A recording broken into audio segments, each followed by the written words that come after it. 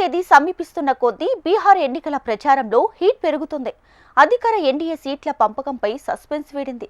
దీంతో విపక్షాల కంటే ఎన్డీఏ దూకుడు మీద ఉన్నట్లు చెప్పక తప్పదు. హోరాహోరీ ప్రచారం జరుగుతున్న వేళ మాజీ ముఖ్యమంత్రి లాలూ ప్రసాద్ యాదవ్ కుటుంబానికి ఢిల్లీ హైకోర్టు భారీ షాక్ ఇచ్చింది. రైల్వే మంత్రిగా ఉన్న సమయంలో లాలూ అవినీతికి పాల్పడ్డారని కోర్టు అభియోగం మోపింది. ఈ కేసులో లాలూ ఫ్యామిలీ విచారణ ఎదుర్కోక తప్పని పరిస్థితి. ఇది అధికార పక్షానికి అస్త్రంగా మారనుందన్న చర్చ జోరందుకుంది. మరోవైపు రాహుల్ ఓటు చోరీ వ్యాఖ్యలపై పిల్ను విచారించేందుకు సుప్రీంకోర్టు నిరాకరించింది. బీహార్ అసెంబ్లీ ఎన్నికల వేళ మాజీ ముఖ్యమంత్రి లాలూ ప్రసాద్ యాదవ్ కుటుంబానికి భారీ షాక్ తగిలింది. అవినీతి కేసులో లాలూతో పాటు ఆయన సతీమణి రబ్రీదేవి, కుమారుడు తేజస్వి యాదవ్పై ఢిల్లీ కోర్టు అభియోగాలు మోపింది. ఈ కేసులో లాలూ కుటుంబం విచారణను ఎదుర్కోనుంది. లాలూ రైల్వే మంత్రిగా ఉన్న సమయంలో ఐఆర్సీటీసీ హోటళ్ల నిర్వహణ కాంట్రాక్టులు కేటాయించడంలో అవకతవకలు జరిగాయనే ఆరోపణలు ఉన్నాయి. మోసం, కుట్ర, అవినీతి నిరోధక చట్టం కింద రౌజ్ అవెన్యూ కోర్టు లాలూ కుటుంబంపై అభియోగాలు నమోదు చేసింది. రైల్వే మంత్రిగా తన పదవిని దుర్వినియోగం చేశారని న్యాయస్థానం కామెంట్ చేసింది. అయితే తాము ఏ తప్పు చేయలేదని లాలూ, తేజస్వి కోర్టుకు వెల్లడించారు. లాలూ సతీమణి రబ్రీదేవి మాత్రం అసలు ఇది తప్పుడు కేసు అని స్పష్టం చేశారు. లాలూ ప్రసాద్ యాదవ్ 2004-2009లో రైల్వే మంత్రిగా ఉన్నారు. ఆ సమయంలో ఐఆర్సీటీసీ హోటళ్ల నిర్వహణ కాంట్రాక్టుల కేటాయింపులో అవినీతి జరిగిందనేది ప్రధాన ఆరోపణ. ఈ కాంట్రాక్టులను సుజాత హోటల్కి అప్పగించారు. ఆ ఒప్పందానికి బదులుగా లాలూ యాదవ్ ఒక బినామీ కంపెనీ ద్వారా ఖరీదైన ప్రాంతంలో 3 ఎకరాల భూమిని పొందారని సీబీఐ చెప్తోంది. ఈ వ్యవహారంలో 2017లో ఎఫ్ఐఆర్ కూడా నమోదు చేసింది. నిందితులపై అభియోగాలు మోపేందుకు తగిన సమాచారం ఉందని కోర్టుకు వెల్లడించింది. ఆ వాదనను లాలూ ప్రసాద్ తరపు న్యాయవాది తోసిపుచ్చారు. ఇలా ఉంటే బీహార్ అసెంబ్లీ ఎన్నికల్లో హోరాహోరీగా ప్రచారం జరుగుతున్న సమయంలో లాలూ కుటుంబం మరో అవినీతి కేసును ఎదుర్కోవటం సంచలనంగా మారింది. ఈ సమయంలో అవినీతి కేసులో కోర్టు ఆదేశాలు లాలూ కుటుంబానికి పెద్ద షాక్ అనే చెప్పొచ్చు. అధికార ఎన్డీఏ నేతలు తమ ప్రచారంలో ఈ కేసును ఎత్తిచూపే అవకాశం ఏర్పడింది.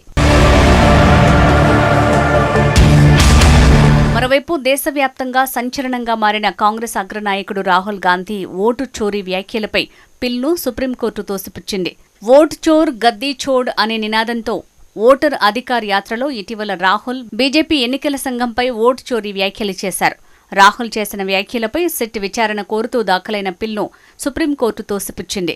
జస్టిస్ సూర్యకాంత్, జస్టిస్ జోయ్మాలా బాగ్చీలతో కూడిన ధర్మాసనం పిల్ని విచారించేందుకు నిరాకరించింది. ఈ అంశంపై ఎన్నికల కమిషన్ను ఆశ్రయించాలని పిటిషనర్కు సూచించింది. తాను ఫిర్యాదు చేసినప్పటికీ ఎన్నికల సంఘం ఎటువంటి చర్యలు తీసుకోవట్లేదని పిటిషనర్ అత్యున్నత న్యాయస్థానానికి తెలియజేశారు. దీనిపై కోర్టు స్పందిస్తూ రాజకీయ అంశాలకు కోర్టులను వేదిక చేసుకోవద్దని, ప్రత్యామ్నాయ మార్గాలు వెతుక్కోవాలని తేల్చి చెప్పింది. బీజేపీ ఎన్నికల సంఘం కలిసి దేశంలో ఓట్ల చోరీకి పాల్పడుతున్నాయి అన్నది రాహుల్ గాంధీ ప్రధాన ఆరోపణ. కేంద్రంలోని ఎన్డీఏ సర్కార్ దొంగిలించిన ఓట్లతో ఏర్పడిందని రాహుల్ విమర్శించడం హాట్ టాపిక్గా మారింది. ప్రధానమంత్రి కూడా ఓట్ల దొంగతనానికి పాల్పడ్డారని రాహుల్ ఆరోపించారు. కొందరు పారిశ్రామికవేత్తలకు ప్రయోజనం కలిగించేందుకు, ప్రజల ఓటు హక్కును దొంగిలించేందుకు బీజేపీ సర్కార్ ప్రయత్నిస్తోందని విమర్శించారు.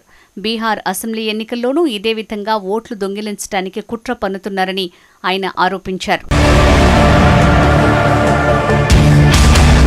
మరోవైపు ఎన్నికల పోరు రసవత్తరంగా సాగుతుండగా ఎన్డీఏలో సీట్ల పంపకంపై సస్పెన్స్ వేడింది. బీహార్ అసెంబ్లీలోని మొత్తం 243 సీట్లలో ఎన్డీఏ పక్షాల ఒప్పందం కుదిరింది. బీజేపీ, జేడీయూలు చెరో 101 స్థానాల్లో పోటీ చేయనున్నారు. కేంద్ర మంత్రి చిరాగ్ పాశ్వాన్ నేతృత్వంలోని లోక్ జనశక్తి పార్టీ 29 స్థానాలలో బరిలో దిగనుంది.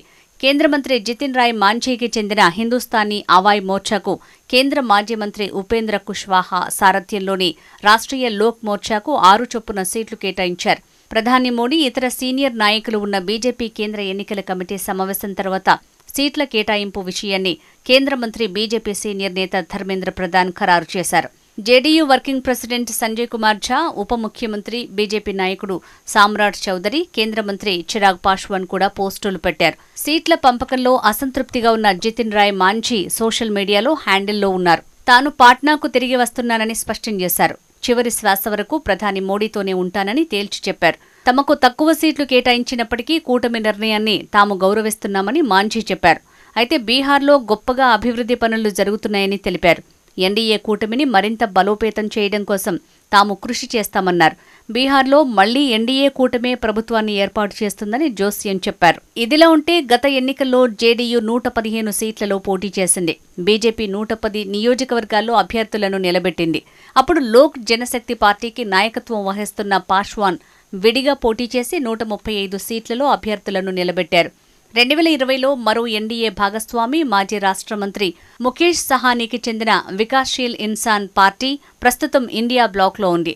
అయితే 2020లో పార్టీ పేలవమైన ప్రదర్శనను దృష్టిలో ఉంచుకుని జేడీయూ ఈసారి సింహభాగాన్ని కోరుకోలేదని సమాచారం. 2020లో పార్టీ 43 సీట్లు మాత్రమే గెలుచుకుంది. ఇది బీజేపీ 74 కంటే చాలా తక్కువ.